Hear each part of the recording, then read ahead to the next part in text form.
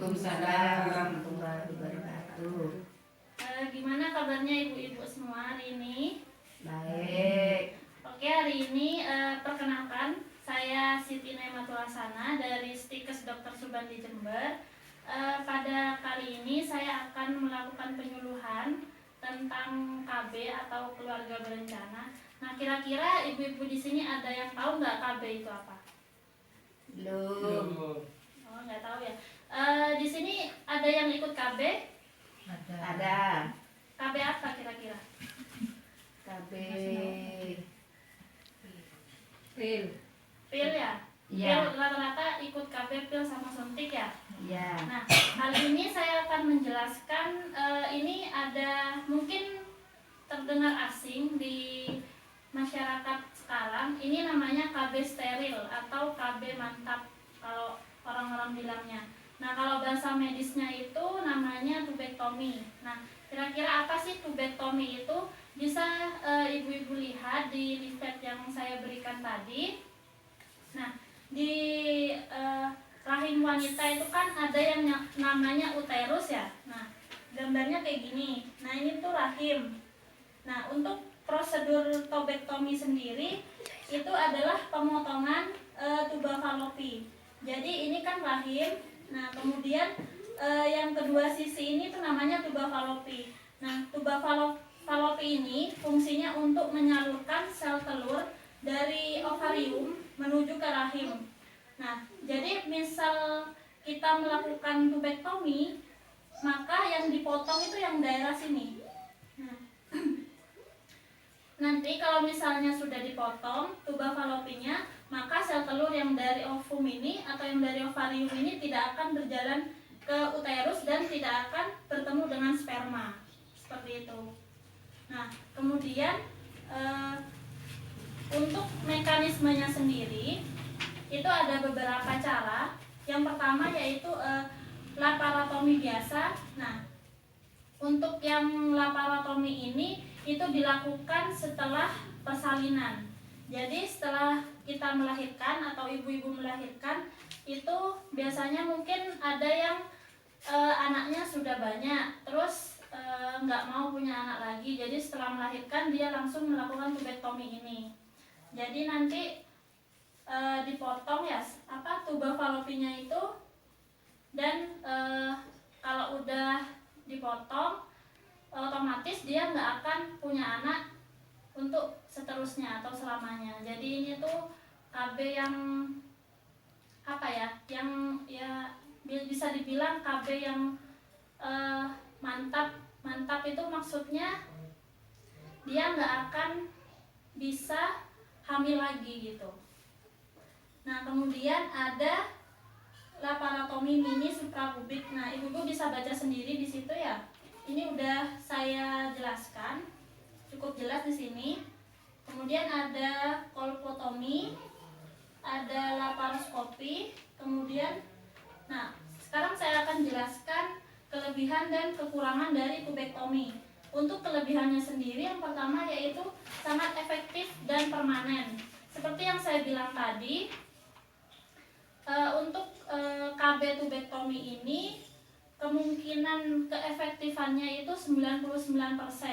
Jadi tidak seperti KB-KB yang lainnya, seperti kalau misalnya ibu-ibu sering pakai pil KB kan biasanya lupa. Nah, terus ada juga yang kebobolan gitu ya. Nah, kalau pakai ini nih nggak akan ada ceritanya tuh kebobolan gitu.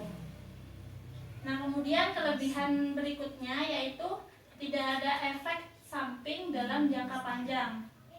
Yang berikutnya tidak mempengaruhi proses menyusui. Jadi bagi ibu-ibu yang masih memiliki bayi atau balita yang menyusu, nah untuk KB ini tidak akan mempengaruhi produksi ASI.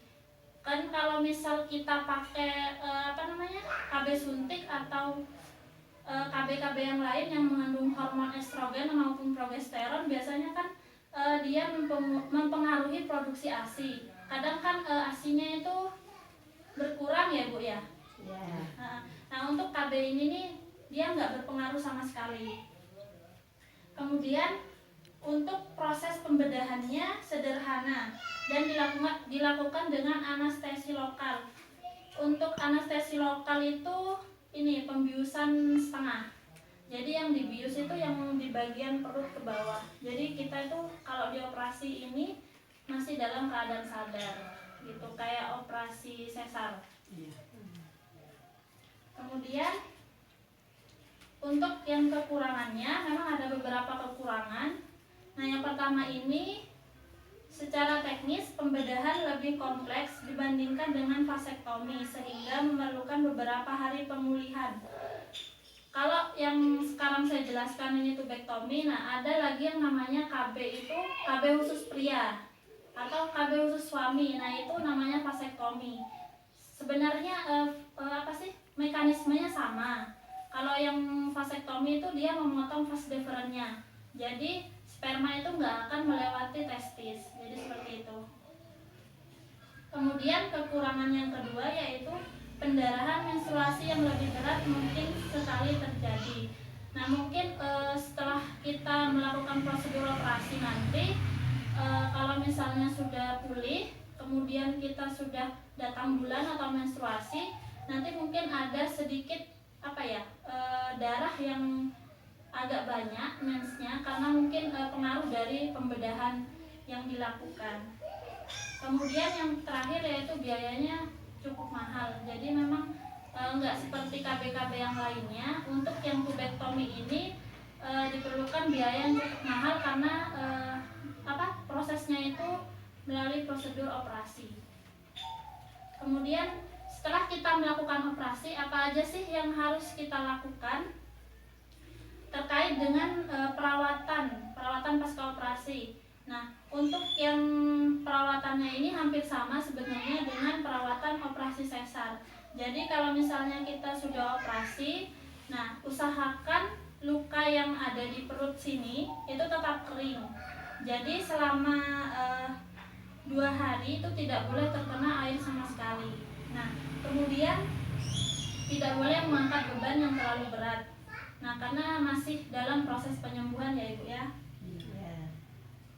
Nah, terus tidak boleh melakukan aktivitas berat atau hubungan seks selama sekitar 1-2 minggu.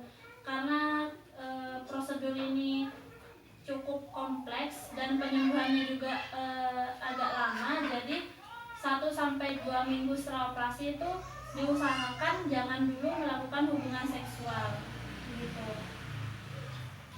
Nah, mungkin itu saja yang dapat saya jelaskan. Kira-kira kalau misal ada yang nggak dimengerti atau yang mau ditanyakan, monggo dipersilahkan.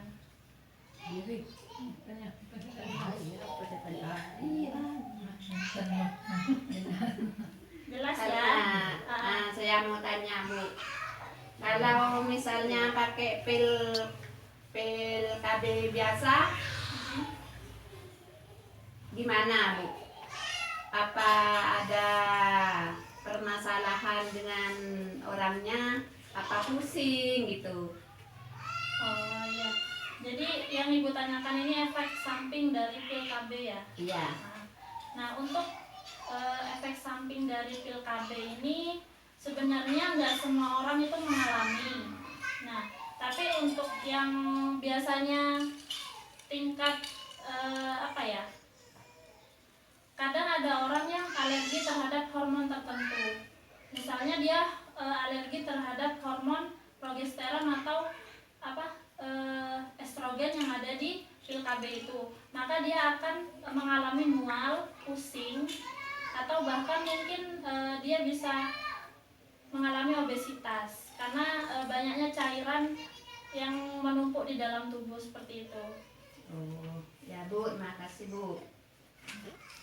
Ada lagi? Ayo. Sudah Bu, cukup. Oke, kalau sudah cukup jelas, mungkin itu saja yang dapat saya sampaikan. Semoga bermanfaat. Kurang lebihnya saya mohon maaf. Wassalamualaikum warahmatullahi wabarakatuh. Waalaikumsalam.